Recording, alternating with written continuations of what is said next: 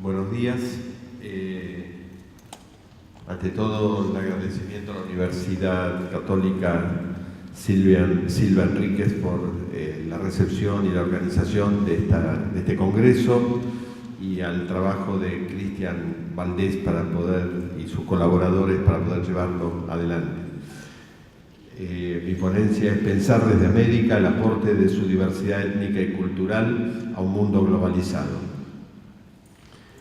Mi propuesta es hacer una reflexión acerca del aporte que América, por su larga historia de mestizaje y encuentro y conflicto de culturas, puede hacer a las necesidades de un mundo crecientemente interconectado y con grandes problemas de convivencia y diversificación. Pensar desde América como modo de pensar América. América como construcción deriva encuentros reales y conflictivos, no como esencia, solo pasado y suelo, como pertenencia a un futuro integrador de historia y proyecto. ¿A qué arraigo hace referencia Rodolfo Kusch cuando sitúa, ancla, establece el pensamiento originario americano en su lugar de pertenencia, de dominio? ¿Qué suelo pisan nuestros pies diferente del de aquellos que caminan sobre él, unidos a él desde hace siglos? ¿Cuán lejos está de nosotros, modernos americanos, esa identidad que al perderse en el tiempo los hace a ellos ancestralmente americanos? ¿Esa condición los hace a ellos auténticamente americanos? Y si es así, ¿en qué consiste nuestra condición de americanos? América es en cierto modo mucho más que otro continente. Fue el continente otro. El continente de la otredad, cuando sus descubridores, nuestros padres epistemológicos, culturales y políticos, llegaron a él con la lógica exactamente contraria a una relación armónica con la otredad o comprensiva de ella. Fue desde la impronta homogeneizante, invasora, descalificadora de la superioridad y el colonialismo que Europa enfrentó las nuevas realidades que abría América y a las que América habría de abrirla. Ya desde sus comienzos de inmersión en la naciente modernidad europea, fue una tierra pensada erróneamente. Fueron las Indias, las tierras de Catay, el lejano oriente de las ansiadas especias, no una tierra nueva, un nuevo desconocido continente.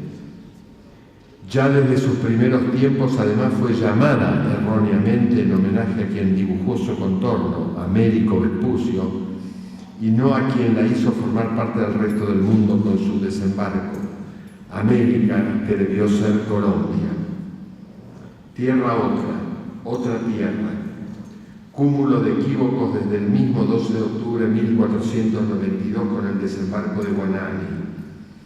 Hemos haber llegado a donde se llegó, pero en camino de ir a donde finalmente no se habría de llegar. La tierra largamente separada de aquel mundo antiguo que desde hacía 40 siglos se implicaba en mayores y más profundas interrelaciones. Asia, Europa, África.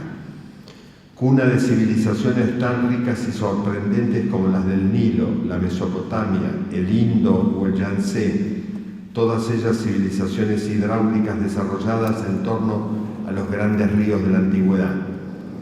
Pero las de América fueron civilizaciones de altas montañas y mesetas o selvas impenetrables, no a la orilla de los grandes ríos americanos, Amazonas, Orinoco, Paraná, Mississippi.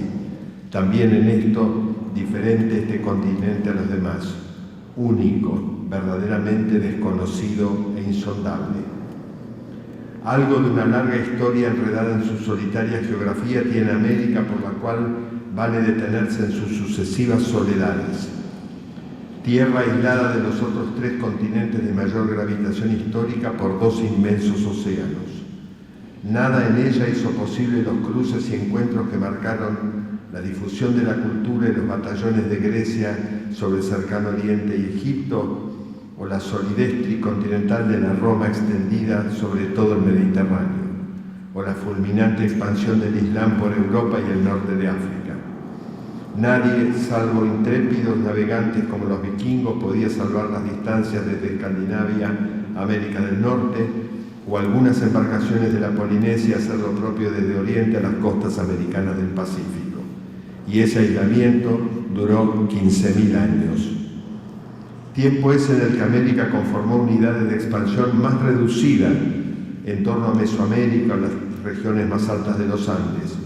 Nunca un imperio de dimensiones colosales como el de Roma desde las Islas Británicas a la Mesopotamia asiática, o el de Alejandro Magno de Grecia a las orillas del Indo, o de Gengis Khan desde el Japón hasta Hungría, con las consecuencias de que dominar y organizar espacios tan vastos obligaba a confrontar poblaciones diversas, con modos de vida y ecosistemas muy diferentes. América estuvo al margen de estas construcciones sucesivas que duraron en esos otros continentes casi 30 siglos. Sin pretender escribir una historia de América precolombina, afán inútil para mis conocimientos, no deja de sorprender que esta tierra, la única descubierta, entre comillas, entre todas las del mundo, haya seguido un curso diferente, solitario, como único lugar del mundo para sus propios habitantes. A ese lugar, signado, parafraseando a García Márquez, no por casualidad un profundo americano, por 100 siglos de soledad, llegaron hace 5 siglos los europeos, con su afán, su mística y su religión, su codicia, su tecnología, sus lenguas, su poder, su suficiencia absolutista. Del brutal encuentro surgió una nueva sociedad que llevaba en su seno elementos de las viejas sociedades precolombinas, pero dejaba al margen valores y creencias, una cosmovisión y un modo de pensar de ellas que desechaban. Y a la par un enorme proceso de mestizaje racial, otra conquista de las Indias. Apenas un siglo después del mítico descubrimiento se produce otro hecho de enorme significación cultural y racial: el tráfico de millones de africanos negros para sustentar el trabajo de plantaciones y facendas desde el centro de Estados Unidos hasta el Río de la Plata.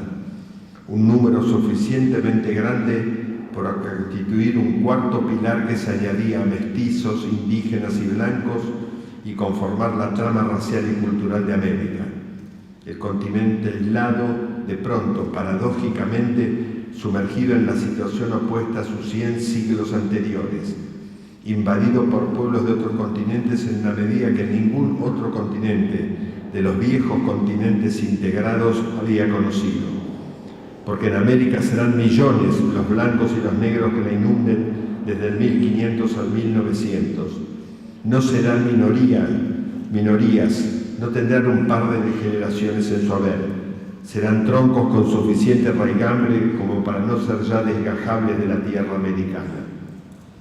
Hay una América, la profunda, la insondable, la que lleva miles de años de un diálogo entre el paisaje y la cultura, en la que se diluyen una en otra la naturaleza y la tecnología, la mirada silenciosa y el paso sin sombra de sus habitantes ancestrales, la que habla cuando calla y hace callar cuando habla, que es la América alta, casi sin oxígeno, apunada en las planicies, altiplanicies, de la que nos habla Kush.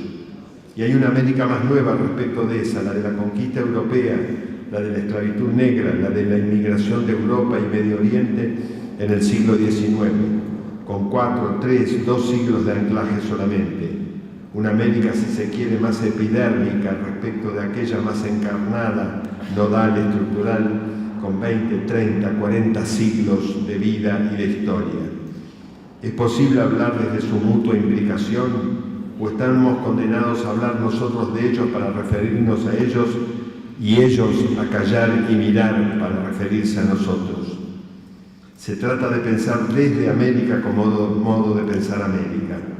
América como construcción, deriva, encuentros reales y conflictivos, no como esencia, solo pasado y suelo, como pertenencia a un futuro integrador de historia y de proyecto. ¿Qué elementos diferenciales nos da América para poder pensarla y pensar el mundo desde ella? ¿Por qué podemos imaginar que pensaríamos distinto, ni mejor ni peor, desde un sólido anclaje americano?